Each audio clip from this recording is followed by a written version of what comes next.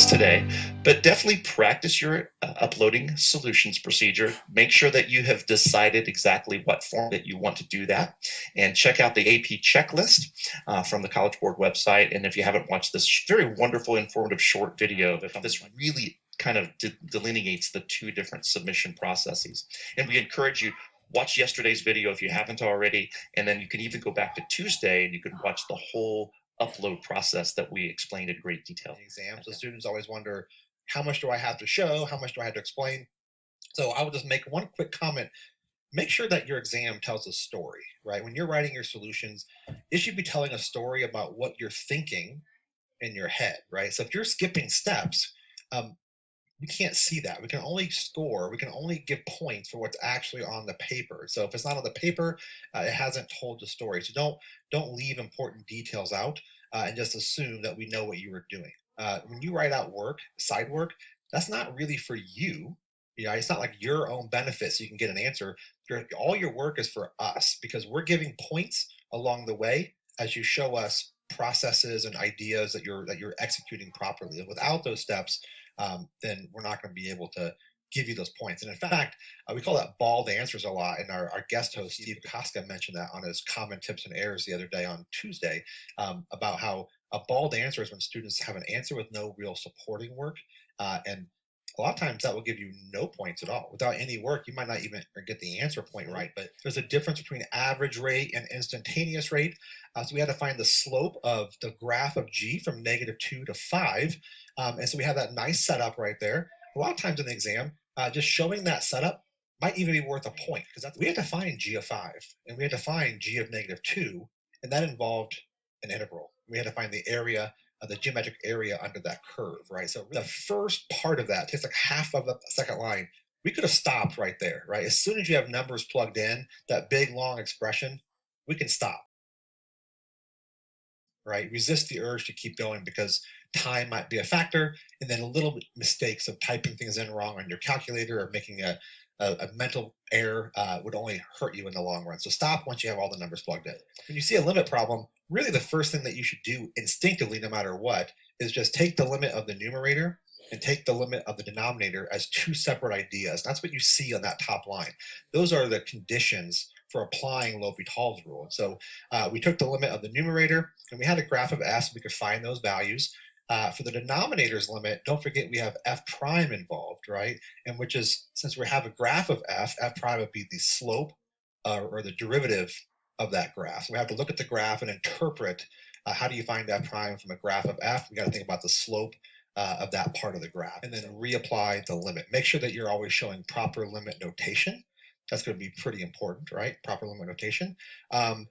Make sure you have a limit still because that limit is always there, right? Every time you're doing a limit problem, the limit is always in front until the moment you actually plug in values. Once you start plugging a number in on that third step right there, that's when the limit would be, right? This is why people don't get perfect scores on the exam.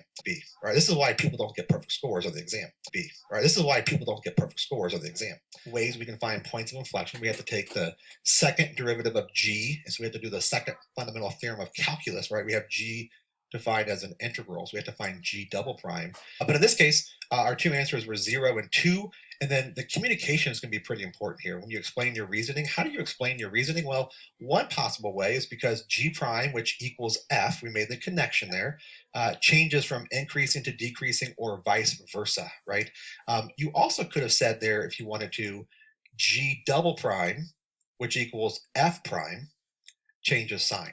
So you could, for the first half of the stem, is evaluating an integral, and hopefully as soon as you see those parentheses, the bells start going off like, oh, this is probably going to be a U substitution problem. When we integrate something that has parentheses, that's not just an X inside the parentheses, it's almost always going to be U substitution. So we just set whatever's inside of those parentheses equal to U, getting our final answer there of 1 if you simplify it, or that second to last line would have been perfect that we're underlining right there. We got to make sure you don't stop where it says f of -2 minus f of 2. That is not acceptable to stop because that's not a numerical value. You have to get it to a point that if somebody had a regular calculator and just your answer, they could type your answer in on a calculator. So, but don't get bogged down on one part. That part A was just, oh my gosh, I got stuck on that problem for 5 minutes. move on. Find some parts that you know. Find what you feel most comfortable with. Get all those points first, right? All the ones that you feel good about. You don't have to do the problems in order. Just make sure your papers are well labeled, that everything is clear what part you're on with. And then you can go back and backfill the ones that you're not sure about. And then don't panic if you don't get them all done, because we know you can still get a 5 if you leave a part blank. And you'll notice that here's the traditional frame that we've always laid out to write a third degree Taylor polynomial. It says Taylor, but although we're centered at 0, we sometimes refer to those as Maclaurin. And our h of 0, we have to think about, well, how we go about finding that. Well, the STEM had mentioned that this graph here is a graph of h, or a partial graph of h, and we can just read right from the graph the 3. I love this h prime. I love little connections like this, because a student might temporarily look through the STEM to see if there's any information about h prime, not realizing that, well, that's really manifested by this tangent line. And that tangent line being drawn to the curve at 0 allows us to utilize it for this particular problem. And then the h double prime and h triple prime, those enter by way of the table. And so a student has to understand notation, of course, and understand that this table is only good for when the n is 2 up to 4. And we had to use the washer method for this problem. And the reason is because our axis of revolution would be somewhere right about where my cursor here is moving, just below the picture. And you can see that there's a lot of empty space between that shaded region R and that axis of revolution. Some kind of a radius squared minus another radius squared. We make sure we have the pi out in front. We have our dx that acts as our thickness or our height. And then as far as figuring out these radius values, we rely on the very important mantra, top minus bottom, h of x minus the -2. And we can see immediately that we have an improper integral on our hands because of the upper boundary being infinity.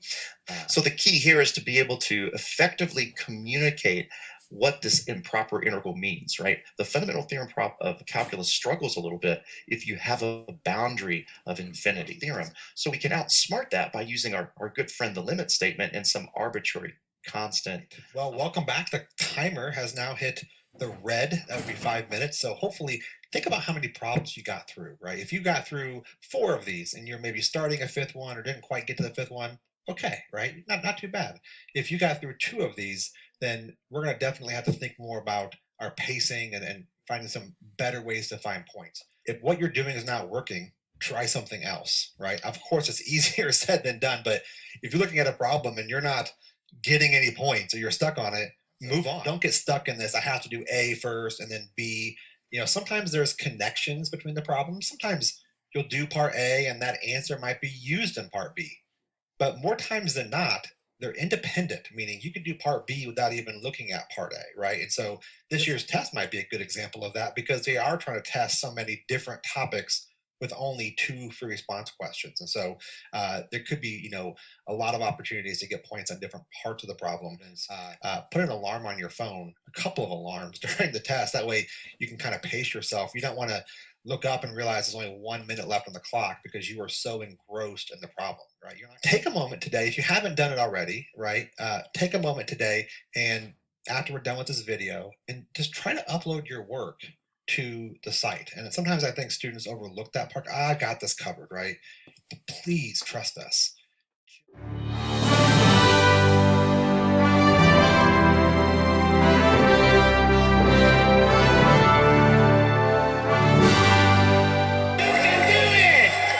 You can do it! You can do it!